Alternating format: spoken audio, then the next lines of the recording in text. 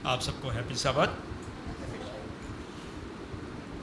परमेश्वर का धन्यवाद हो और मैं पास्टर साहब का भी धन्यवाद करता हूँ और भाग्यराम मंडली का खास कर धन्यवादी हूँ। और आज जब कि मुझे यह मौका दिया गया कि मैं आप लोगों के सामने परमेश्वर का वचन को बांट सकूं, और जैसा कि हम लोग सबक लेसन में हम सीख रहे हैं और आज जैसा कि हमने सीखा कि परमेश्वर के वचन में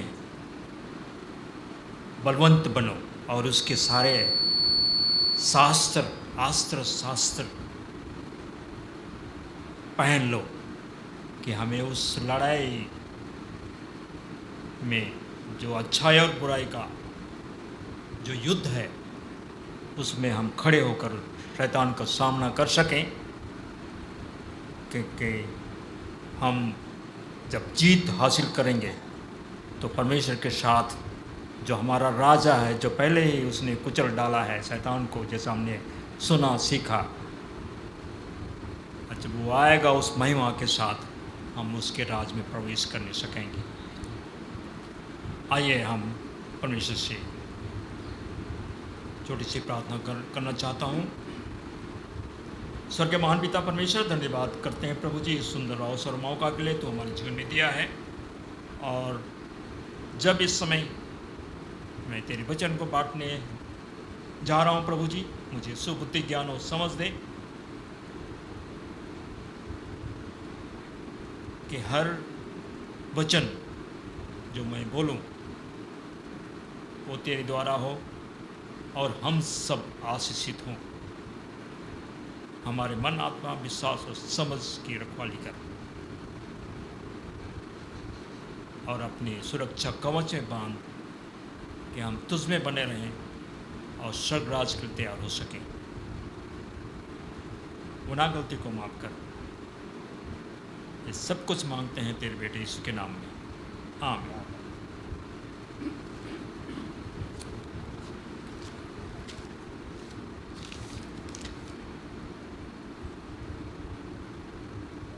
और जब हम इस अंतिम समय में गुजर रहे हैं और जैसा कि हम सबको जानते हैं कि एक समय जो पृथ्वी की और इस युग का अंत हो जाएगा और हम उस स्वर्ग राज में, उस आशय में, हम उस यात्रा में हैं। और तब यीशु मसीह अपने महिमा के साथ आएगा। यीशु मसीह का दूसरा आगमन एक गंभीर और गौरवपूर्ण सत्य बाइबल में जो प्रकट किया गया है वह यीशु मसीह का दूसरी बार आकर उद्धार के महान काम को पूरा करना। परमेश्वर के लोगों को, विश्वासियों को बहुत वर्षों तक मृत्यु की छाया के देश में यात्रा करने के लिए इस धरती पर हम छोड़ दिए गए हैं। उसके आगमन की, उसके आने की प्रतिज्ञा में जो पुनरुत्थान और जीवन है, उनके लिए क्या ही बहुमूल्य आनंददायक आशा है जिसकी हम इंतजार कर रहे हैं, आशा कर रहे हैं। जो हमारे पूर्वज, हमारे माता पिता उस आदम वाटिका से, उस स्वर्गीय घर से जो परमेश्वर ने बसाया था, वहाँ से उनको निकाल दिया गया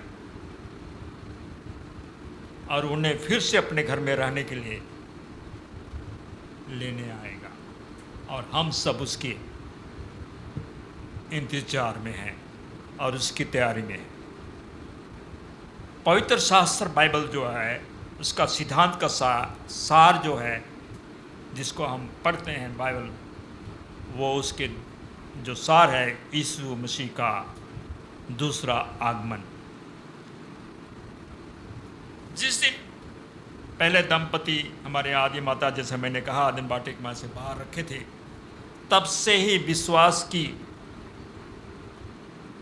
संतानें जो यीशु मसीह पर विश्वास करते हैं, क्योंकि आदम और हवा को परमेश्वर ने, जब उन्होंने गुनाह किया तो वहाँ से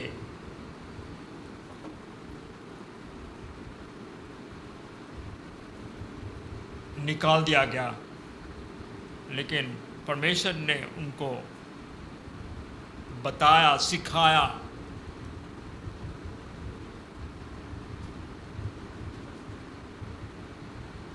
कि परमेश्वर का बेटा इस धरती पे आएगा और वो बलिदान होगा उस पाप के खातिर से, जिसको, जो गुनाह उन्होंने किया और जिस पवित्रता को उन्होंने खो दिया, उसको पुनः उस राज को, उस शांति को, उस आनंद को जो खत्म नहीं होने वाला था, फिर से दोबारा प्राप्त होगी।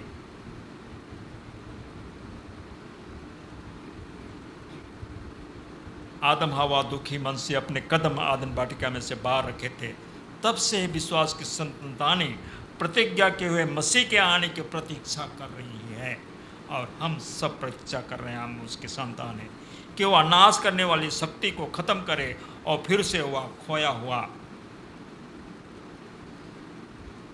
वो सुख और वो आनंद और वो राज परमेश्वर का वापस पा सकें। यहूदा की किताब, उसका सिर्फ एक ही चैप्टर है, उसके 14 और 15 में जैसा जिक्र किया गया है, प्राचीन काल के पवित्र लोग ने मसीह के आगमन को महिमा के साथ आते हुए देखना चाहा, ताकि उनकी आशा पूरी हो जाए। और वो जो हनोक था, आदम के बेटे हुए,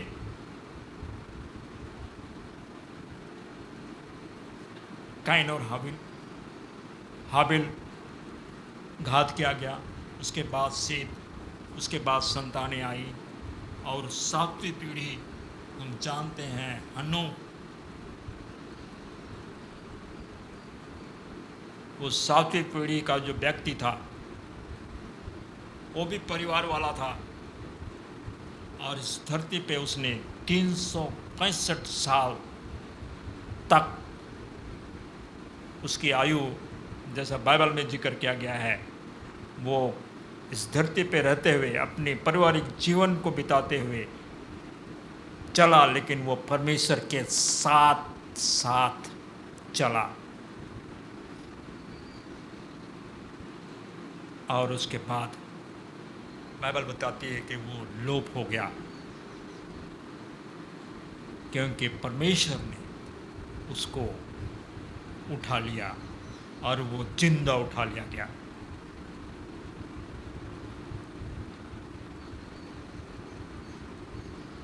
हम सोचते हैं कि परिवार वाला परमेश्वर के साथ साथ चलने में उसको रुकावटें या उलझन या समस्या पैदा होती है, और इस तरह से परमेश्वर के साथ साथ चलने में रुकावट हो सकती है। लेकिन हमारे लिए हनोक ये उदाहरण है कि वह 365 साल तक, केवल 365 दिन नहीं, लेकिन 365 साल तक परमेश्वर के साथ साथ चलता रहा, और परमेश्वर के साथ वो जिंदा स्वर्ग को उठा लिया गया।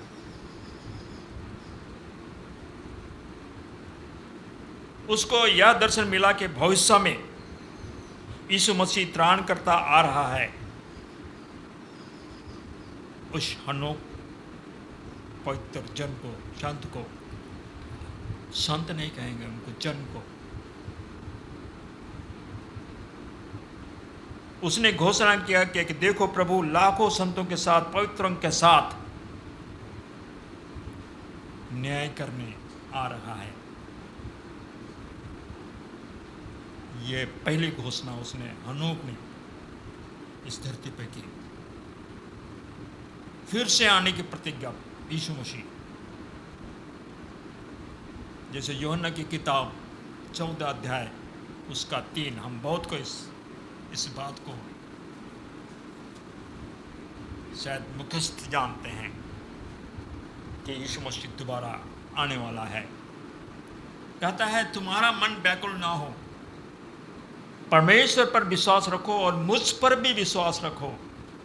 कहता है मेरे पिता के घर में बहुत से रहने के स्थान है, यदि ना होते तो मैं तुमसे कह देता, क्योंकि मैं तुम्हारे लिए जगह तैयार करने जाता हूँ। और यदि मैं जाकर तुम्हारे लिए जगह तैयार करूँ तो फिर आकर तुम्हें अपने यहाँ ले जाऊँगा कि यहाँ जहाँ मैं रहूँ वहाँ तुम भी रहो। यह प्रतिज्ञा परमेश्वर ने दी है, यीशु मसीह ने दी है कि जहाँ मैं जाता हूँ वहाँ तुम भी रहो।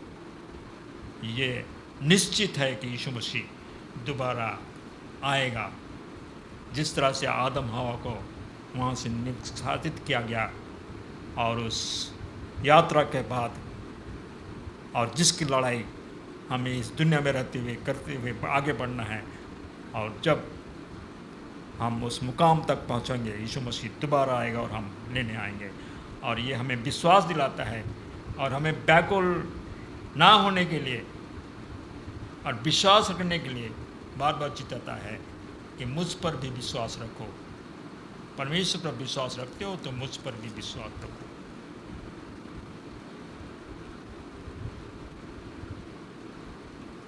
प्रेरितों के काम उसका पहला अध्याय उसका 9 और 11। प्रेरितों के काम और पहला अध्याय उसका 9 और 11 में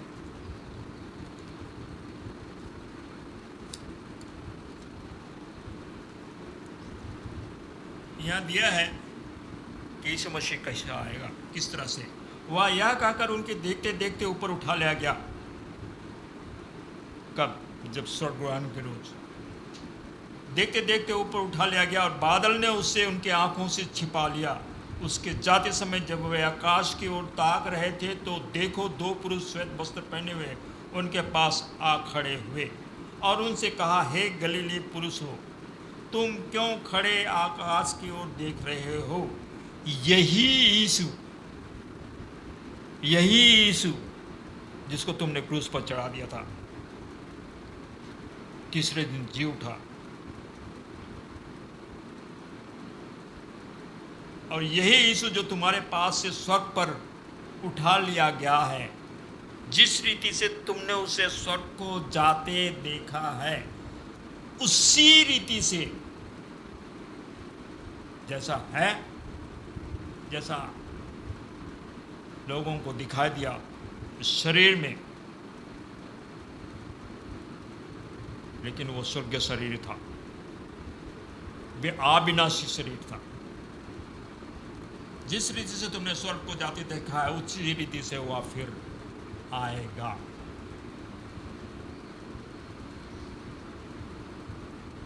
और जब आएगा बादलों के साथ आएगा और हर एक आंख उसे देखेगी। प्रकाशित वाक्य एक उसका 7, प्रकाशित वाक्य 1 उसका 7।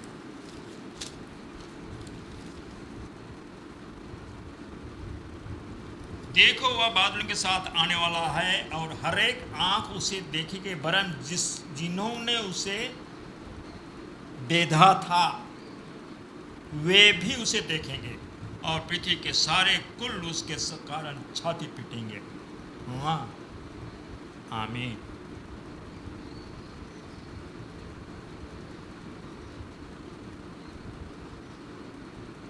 और लोग कहते हैं कि रैप्चर की बात कहते हैं।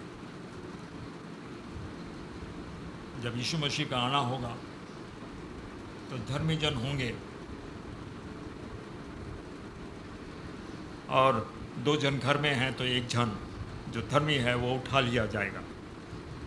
लोग ऐसी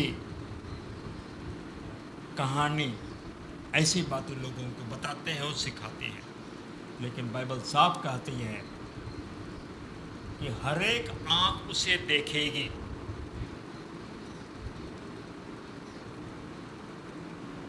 वरन जिन्होंने उसे भेजा था वे भी उसे देखेंगे और पृथ्वी के सारे कुल उसके कारण छाती पीटेंगे। मत्ती की किताब 24 उसका 30 उसमें इस तरह से कहता है। मत्ती की किताब 24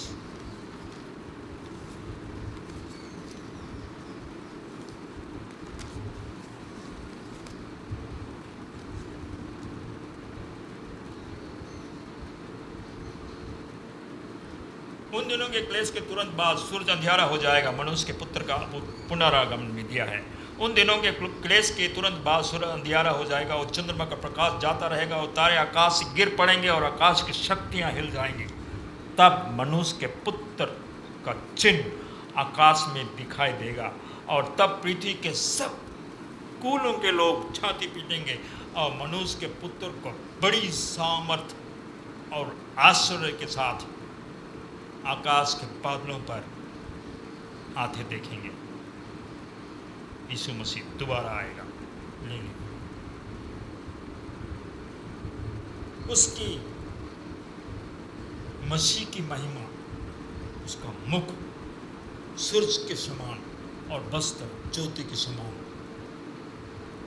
दिखा देगा। जब रूपांतर हुआ था ना, चेलों के साथ था, ये वर्णन दिया है मत्ती की किताब उसका 17 अध्याय उसका 17 अध्याय उसका 2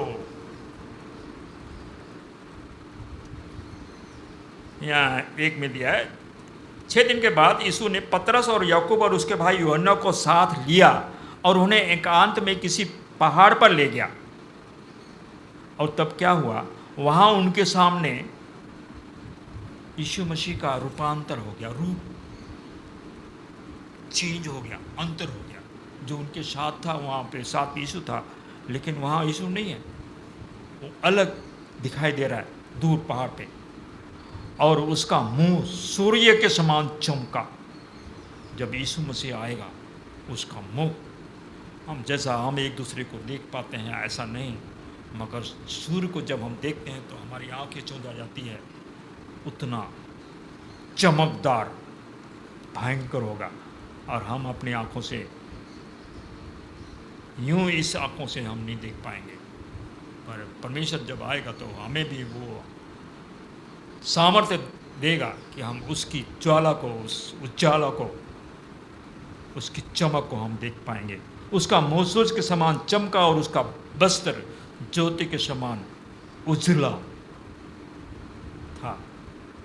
और मूसा और एलिया उसके साथ बातें करते हुए दिखाई दिए, क्योंकि एलिया भी जीते जी रथों में स्वर्ग को उठा लिया गया था। और मूसा को स्वर्गदूतों ने वो कनान देश प्रवेश न करने के बाद जब वहाँ उसको दफना दिया गया तो स्वर्गदूत वहाँ से उसको फिर से नए कनान देश में, स्वर्गीय कनान में ले जाने के लिए स्वर्गदूत आया और शैतान वहाँ पर विवाद कर रहा था और वो धर्मी जन स्वर्ग को उठा लिया गया। और वो मूसा वो स्वर्ग में है, वो एलिया और वो हनोक है।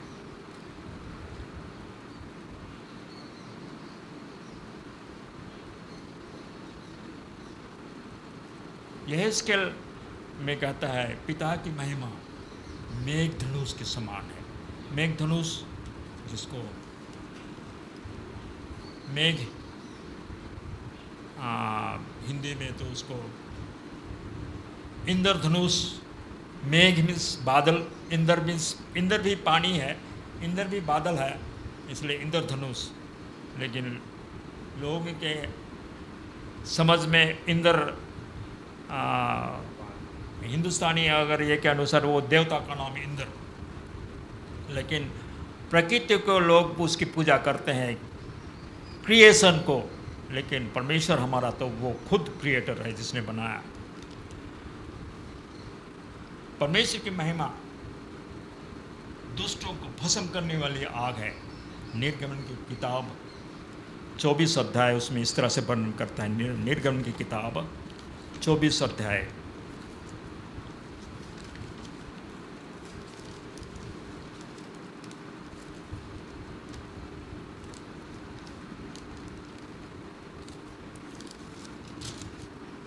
निर्गम की किताब 24 अध्याय, उसका 16 और 17 में पढ़ूंगा।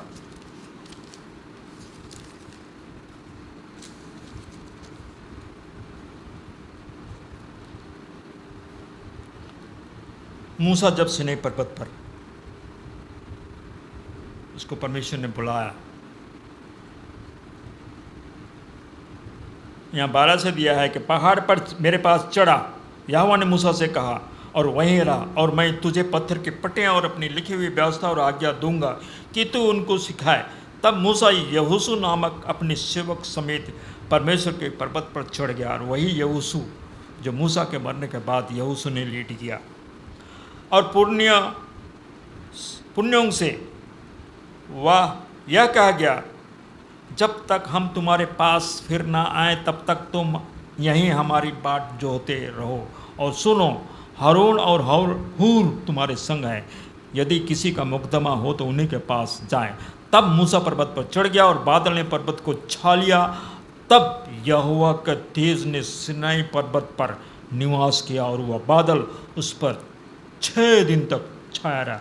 और 7वें दिन उसने मूसा को बादल के बीच में से पुकारा, और इस्राएलियों की दृष्टि यहोवा का तेज पर्वत की चोटी पर प्रचंड आग के समान दिखाई पड़ता था। उस आग की ज्वाला में तब मूसा बादल के बीच से प्रवेश करके पर्वत पर चढ़ गया, और मूसा पर्वत पर 40 दिन और 40 रात रहा। सीनै पर्वत में बादल और प्रचंड आग के बीच परमेश्वर, जब परमेश्वर की उपस्थिति होती है तो भयंकर ज्योति, सूरज की तरह चमक और प्रचंड आग।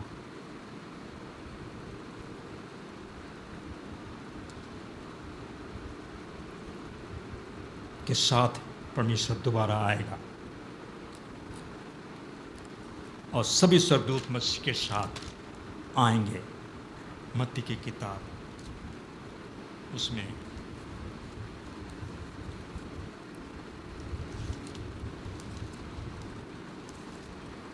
मत्ती की किताब 25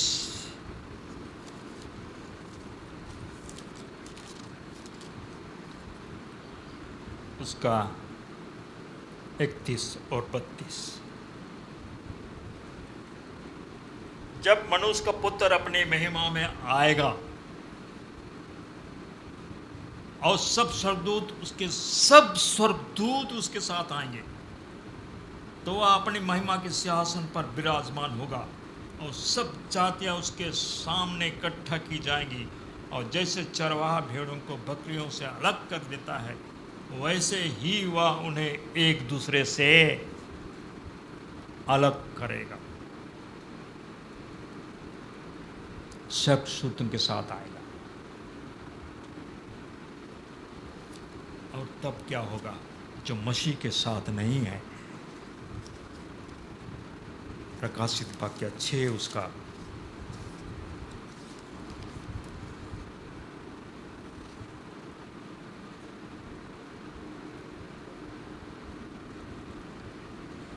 15 में इस तरह कहता है, तब पृथ्वी के राजा और प्रधान और सरदार और धनवान और सामर्थी लोग, हर एक दास और हर एक स्वतंत्र, जो विश्वास में नहीं है, जो परमेश्वर के साथ नहीं है, उस लड़ाई में नहीं है, पहाड़ों की खोह में और चट्टानों में जा छिपे। परमेश्वर के उस भय से पहाड़ों में छिपेंगे।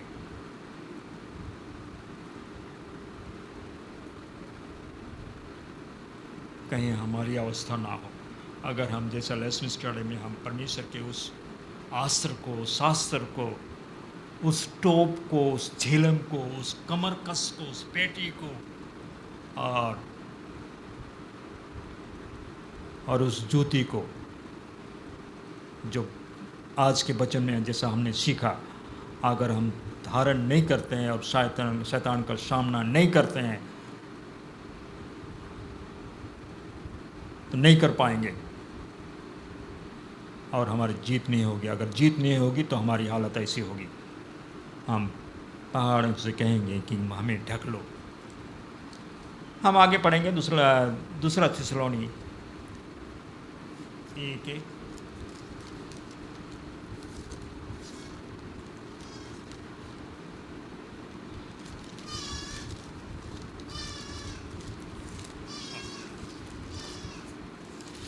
दूसरा थिस्सलुनीकि 1 उसका 8 और 9। और जो परमेश्वर को नहीं पहचानते और हमारे प्रभु यीशु मसीह के सुसमाचार को नहीं मानते,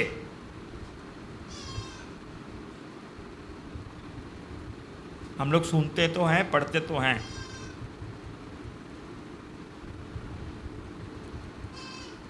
मगर हम क्या परमेश्वर को पहचानते हैं?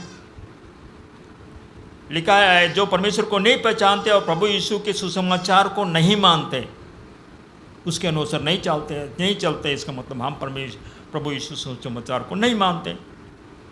उनसे लिखा है, कितनी खतरनाक शब्द लिखा है यहाँ पे, उनसे पलटा लेगा। वे प्रभु के सामने से और उसके शक्ति के तेज से दूर होकर अनंत विनाश का दंड पाएंगे।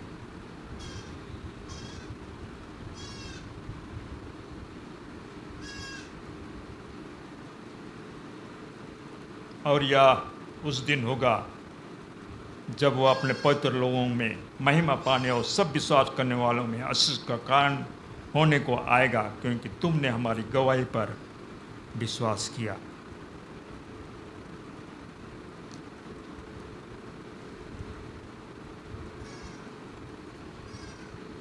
इसी थिस्सलुनीकि किताब उसका 2 अध्याय उसका 8 में इस तरह से लिखता है, तब वह आधर्मी प्रकट होगा जिसे प्रभु यीशु अपने मुंह की फूंक से मार डालेगा और अपने आगमन के तेज से भस्म करेगा। हम सबक लेसन भी सीख रहे थे। तब वह आधर्मी प्रकट होगा जिसे प्रभु यीशु अपने मुंह के फूंक से मार डालेगा और अपने आगमन के तेज से भस्म करेगा।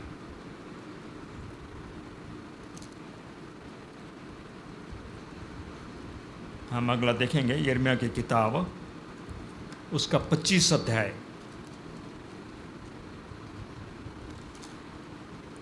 यिर्मयाह की किताब 25 अध्याय उसका 30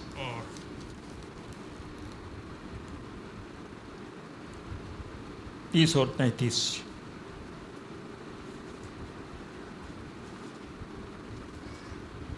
कहता है, यहोवा ऊपर से गरजेगा और अपने उसी पवित्र धाम में से अपना शब्द सुनाएगा। वह अपनी चराई के स्थान के विरुद्ध जोर से गरजेगा।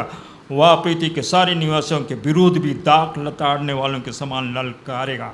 पृथ्वी की छोरों भी कोलाहल होगा और सब जातियों से यहोवा का मुकदमा है। वह सब मनुष्यों से वाद विवाद करेगा और दुष्टों को तलवार के बस में कर देगा। सेनाओं का यहोवा यूं कहता है, देखो विपत्ति एक जाति से दूसरी जाति में फैलेगी और बड़ी आंधी पृथ्वी के छोर से उठेगी। उस समय यहोवा के मारे हुओं के शव पृथ्वी के एक छोर से दूसरे छोर तक पड़े रहेंगे। उनके लिए कोई रोटने पीटने वाला ना रहेगा और उनके शव ना तो बटोरे जाएंगे और न कब्रों में रखे जाएंगे। वे भूमि के ऊपर खाद के समान पड़े रहेंगे। ऐसी हालत होगी।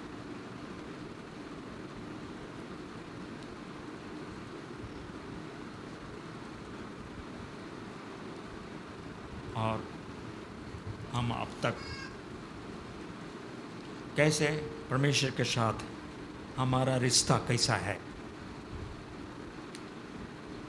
और दुनिया में अभी भी लोग उसी तरह से जीवन यापन कर रहे हैं। हम आगे पढ़ेंगे लूका की किताब 17 अध्याय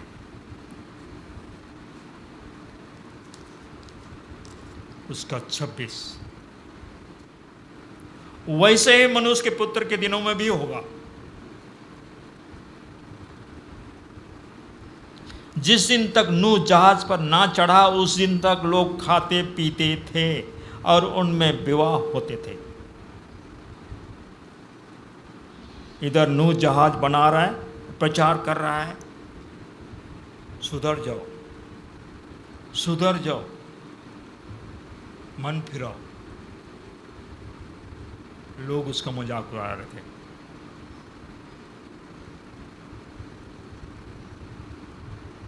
तब जल प्रलय ने आकर उन सबको नष्ट किया, और जैसा लूत के दिनों में हुआ था कि लोग खाते पीते, लेन देन करते, पेड़ लगाते और घर बनाते थे। परंतु जिस दिन लूत सदोम से निकला उस दिन आग और गंधक आकाश से बरसी और सबको नष्ट कर दिया। लिखा है, मनुष्य के पुत्र के प्रकट होने के दिन भी ऐसा ही होगा।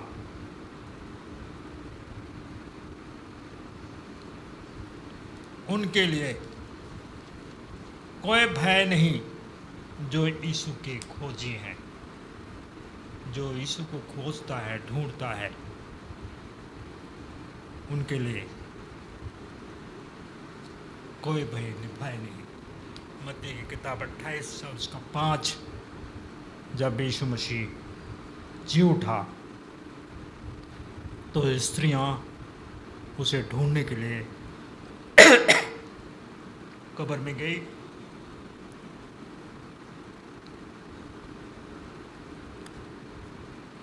खोजने के लिए स्वर्गदूत ने कहा, मत डरो, मैं जानता हूं कि तुम यीशु को जो क्रूस पर चढ़ाया गया था ढूंढती हो।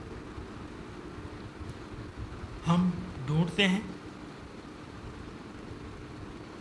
और हमारा ढूंढना, मसीह को पहचानना, उसको जानना,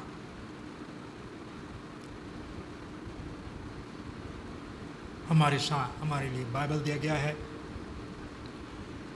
हमें उसे अध्ययन करना है और संगति करना, परमेश्वर के वचन को सुनना, सीखना और कलीसिया को आगे बढ़ाना, जिससे हम इस कलीसिया रूपी दुल्हन में होकर आने वाले उस महाराज का, उस दुल्हा का स्वागत करेंगे और उसके साथ उसके राज में प्रवेश करेंगे। पहला थिस्सलुनी 4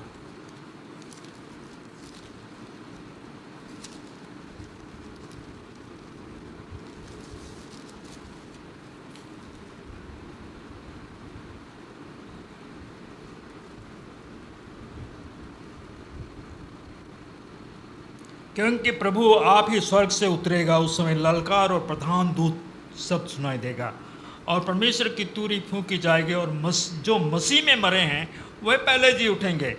तब हम जो जीवित और बचे रहेंगे, अगर यीशु मसीह के आने तक अगर हम मसीह में सो जाते हैं, कब्र में चले जाते हैं, तो पहले जी उठेंगे।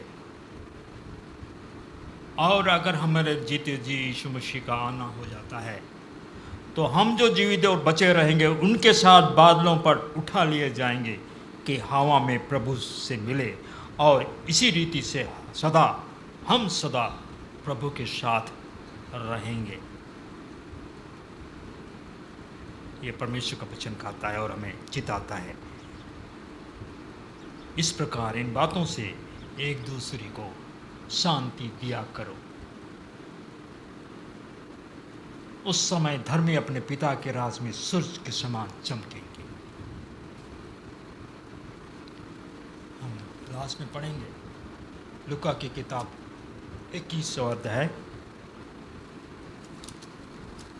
इसके बाद मैं अंत करूंगा।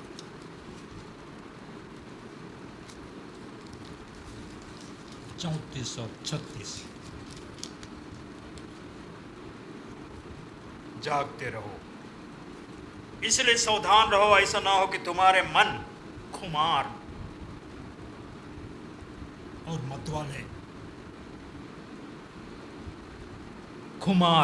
मतवाले और इस जीवन की चिंताओं से सुस्त हो जाए। इस दुनियादारी चिंता फिक्र और क्या करना है नहीं करना है, क्या बनाना है ये नहीं बनाना है, वो लेना है वो ये करना है, दुनिया दुनियावी चिंता फिक्र में ना करते रहो कि तुम इन सब आने वाली घटनाओं से बचने और मनुष्य के पुत्र के सामने खड़े होने के योग बनो। जैसा हमने सबक लेसन में भी सीखा कि हम